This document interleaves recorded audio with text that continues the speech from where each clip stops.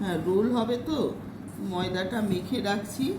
ময়দা, নুন, অল্প একটু নুন আর ওই তেল দিচ্ছি, সাদা তেল দিয়ে একটু ময়াম দিয়ে মেখে রাখবো, রোল বানাবো। মার ইউনিক স্টাইল, বেলেন চেকি, বেলেন দিয়ে। হ্যাঁ, অত কি আর হয়, যেটা সামনে পাই দিয়ে করেছি। ঘরের রোলগুলো খেতেও ভালো লাগে, হ্যাঁ, পেটেও কিছু অস্বস্তি হয় না। অনেক সময় বাইরের রোল খেলে পেটটা আবার বড্ড আমার ভার নাতনির হয়ে খুব যায়। পছন্দ আমার হাতের রোল।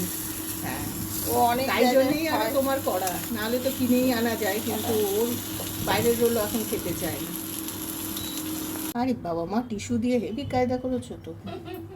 হ্যাঁ তেলটাও চলে যাবে যেটুকুনি তেল আছে।